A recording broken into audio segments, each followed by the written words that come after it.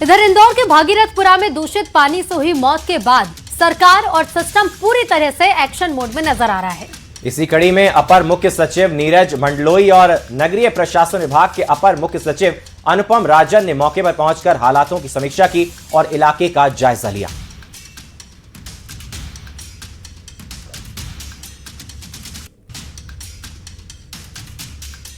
क्या पाया आज? जैसे पार्षद जी भी हैं और तमाम सारे मेरे साथी अधिकारी भी हैं, सभी लोग हैं। तो सीवेज लाइन और जो मेन लाइन का काम है उसको देखा, सभी लोगों से चर्चा हुई। हम लोग दोनों जगह पे जहाँ पे लोगों का उपचार नॉर्मली हो रहा है, दोनों क्लिनिक आज आपके सामने पीएचसी के सामने और संजीवनी भी गए थे, डॉक्टर से बात की। 24 घंटे डॉक्टर्स की व्यवस्था है और उनके रिकॉर्ड्स वगैरह भी देखे तो लोगों की जो डायरिया के केसेस हैं उसमें काफ़ी। इंदौर में जहरीले पानी से हुई कई मौतों के बाद अब राजधानी भोपाल में भी पानी की शुद्धता को लेकर कई सवाल खड़े हो रहे हैं। खुद नगर निगम की सैंपलिंग में कई चौंकाने वाले खुलासे हुए हैं, तो वहीं न्यूज 18 ने जब पानी को लेकर रियलिटी चेक किया तो यहाँ के लोगों ने बताया कि जो पानी निगम की तरफ से टैंकर की सप्लाई की जा रही है वो पीने लायक ही नहीं है। वहीं एक्सपर्ट के मुताबिक राजधानी में कई जगहों पर जो पानी है उसमें कैंसर जैसी गंभीर बीमारी पैदा करने वाले तत्व मिले हैं। अब सवाल यह है कि आखिर कब तक गंदे पानी पीते रहेंगे लोग।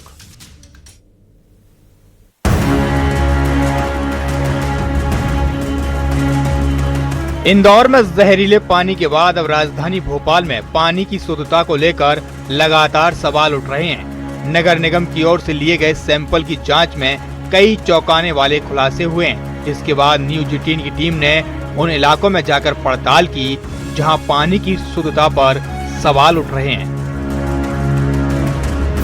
इंदौर में दूषित पानी से कई लोग अपनी जान गंवा चुके हैं और भोपाल में भी जो स्थिति है वो बद से बदतर है। इस वक्त मैं राजधानी भोपाल की वाजपेयी नगर में मौजूद हूँ और यहाँ पर टैंकर से पानी की सप्लाई होती है। यहाँ के लोगों की शिकायत है कि पानी पीने लायक नहीं आता। आप देखिए इस पूरा पानी जो है वो आपको पीला नजर आ रहा है और कैमरे में शायद ना दिखे, लेकिन मैं आपको बताऊं इसके ऊपर एक ऑयल जैसी जो परत है वो जमी हुई है और इस अव्यवस्था से यहाँ के लोग कई सालों से इसी तरह दो चार हो रहे हैं। ये लोगों से बातचीत में जो खुलासे हुए हैं वो चौंकाने वाले हैं। लोगों का कहना है कि पीने के पानी के लिए जो टैंकर नगर निगम की तरफ से भेजे जाते हैं वो पानी पीने लायक नहीं है। दिन का पानी आता है ना, टैंकर नहीं लगता है, प्यासे मर जाते हैं, गंदा गंदा पानी आता है। हाँ, तो ये खराब आता है पानी, पीने लायक नहीं है। नहीं है ना जी। नदियों में ऐसे जम जाता है पानी जैसे लेटरिन सेफ्टी टैंक का पानी नहीं जम जाता, इस तरीके से वो पानी हम लोग पी रहे हैं। बहुत गंदगी का पानी है यहाँ पर। बच्चे बीमार भी होते हैं। हाँ होते हैं, क्यों नहीं हो रहा, सर्दी जुकाम बुखार सब आ रही है बच्चों को। हाँ पूरा गंदा आता बाहर। भोपाल में कई जगहों पर सीवेज के बीच पानी की पाइपलाइन गुजरती है। ऐसे में साफ जाहिर है पीने के पानी में कितनी गंदगी मिल रही होगी। वाजपेयी नगर में नल से जल की कोई व्यवस्था नहीं है। टैंकर से जो पानी सप्लाई किया जा रहा है उसी गंदे पानी को पीने के लिए लोग मजबूर हैं।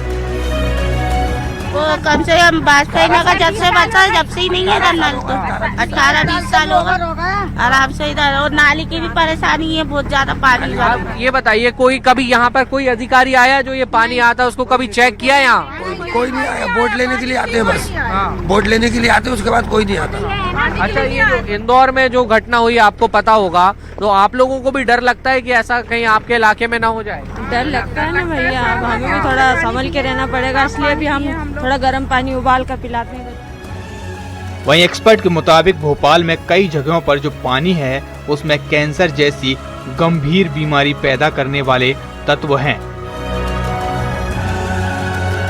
मेरे पास सेंट्रल पॉल्यूशन कंट्रोल बोर्ड की रिपोर्ट भी है जिसमें ये बताती है कि बैक्टीरिया के अलावा इसमें कैंसर पैदा करने वाले हैवी मेटल भी मिले हैं। आयरन की मात्रा आदमपुर छावनी के आसपास के गांवों के पानी के सैंपल में 100 गुना से ज्यादा मिली है। हाल ही में नगर निगम की ओर से भोपाल के अलग अलग इलाकों में पानी की शुद्धता की जांच कराई गई थी, जिसमें कई इलाकों के सैंपल फेल हो गए थे। आपको बता दें भोपाल के अलग अलग इलाकों से नगर निगम ने 250 सैंपल लिए थे। इसमें से 4 सैंपल जांच में फेल हो गए। खानू गांव वाजपेयी नगर का पानी खराब है। 2 सैंपल आदमपुर इलाके से भी जांच में फेल हो गए। यहाँ का पानी भी ठीक नहीं बताया गया है। लोग मजबूर हैं और गंदा पानी पी रहे हैं। नेताजी आते हैं लेकिन वोट लेने के लिए और फिर गायब हो जाते हैं। सरकारें बदली लेकिन वाजपेयी नगर के हालात नहीं बदले। ये हालत है कि लोगों को आज भी नगर निगम के टैंकरों से पानी भरना पड़ता है और कई सौ मीटरों तक पानी को ढोकर ले जाना पड़ता है, वो भी खराब पानी जो पीने योग्य नहीं है। सीवेज में मिला हुआ पानी यहाँ पर आ रहा है, ये यहाँ के रहवासियों का कहना है। अब ये स्थिति, ये हालात कब बदलेंगे, कैसे सुधरेंगे, फिलहाल इसका जवाब देने वाला कोई नहीं है। वीडियो जर्नलिस्ट मोहसिन खान के साथ न्यूज़ 18 के लिए भोपाल से वासु चौरे। AIMIM प्रमुख असदुद्दीन ओवैसी के एक बयान पर MP में सियासी माहौल गर्मा गया है। दरअसल महाराष्ट्र में नगर निगम चुनाव के बीच लगातार बयानबाजी जारी है। हिंदू मुस्लिम को लेकर तीखी बहस हो रही है। इस बहस को ओवैसी के बयान ने और भड़का दिया है। दरअसल एक जनसभा को संबोधित करते हुए ओवैसी ने कहा कि एक दिन भारत में हिजाब पहनने वाली महिला भारत की प्रधानमंत्री बनेगी, जिस पर बीजेपी ने निशाना साधा है। बीजेपी का आरोप है कि ओवैसी तुष्टीकरण की राजनीति करते हैं। उधर कांग्रेस का कहना है कि बाबा साहेब का संविधान सबको बराबरी का हक देता है। लेकिन अब बड़ा सवाल यह है कि देश में राजनीति मुद्दों से चलेगी या फिर हिंदू मुस्लिम के सियासी दांव से चलेगी।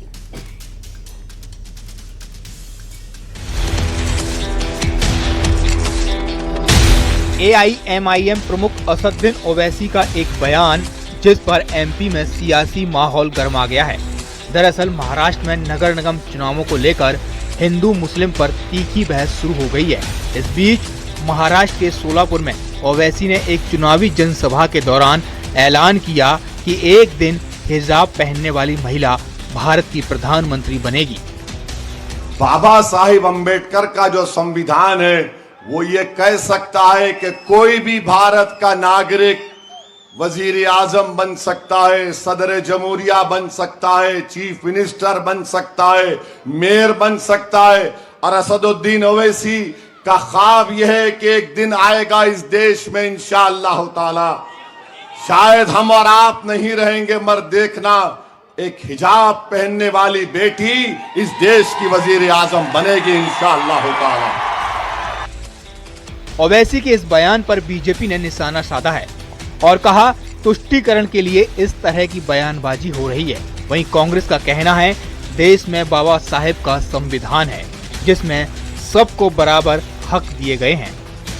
देश में लोकतांत्रिक प्रक्रिया है और जनता के आशीर्वाद के साथ प्रधानमंत्री मोदी जी सफलतापूर्वक देश के प्रधानमंत्री के पद का निर्वहन कर रहे हैं। अभी कहीं कोई वैकेंसी नहीं है। ऐसे में कुछ लोग केवल बंटवारे की राजनीति करने के लिए, तुष्टीकरण की राजनीति के लिए इस तरह की बात कर रहे हैं। अरे सबका साथ सबका विकास की नीति पे भाजपा चलती है। सभी को सभी के लिए सोचना चाहिए।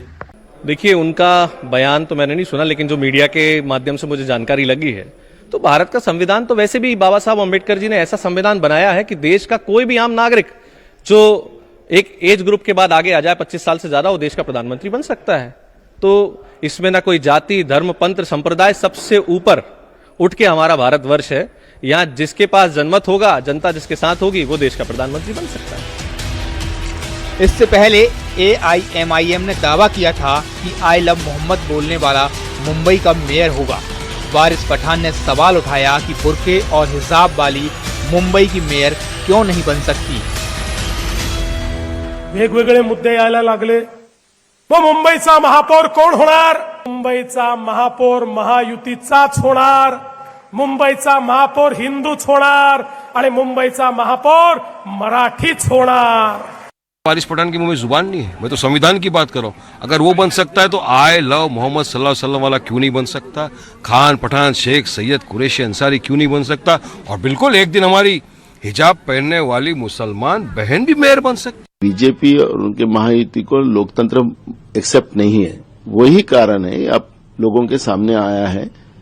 एक नहीं, दो नहीं, 67 महानगर पालिका के सदस्य इन लोगों ने बिन विरोध लेके आए। और इसलिए चुनाव आयोग ने जिस तरह से यू टर्न लिया, उनने पहले कहा था कि हम इंक्वायरी करेंगे, दूसरे दिन बोलता है कि हम इंक्वायरी नहीं करेंगे। मेयर चुनाव से पहले महाराष्ट्र का चुनावी माहौल पूरी तरह गर्मा चुका है, लेकिन बड़ा सवाल यह है, देश की राजनीति मुद्दों से चलेगी या फिर हिंदू मुसलमान के सियासी दांव से। Bureau report, news 18।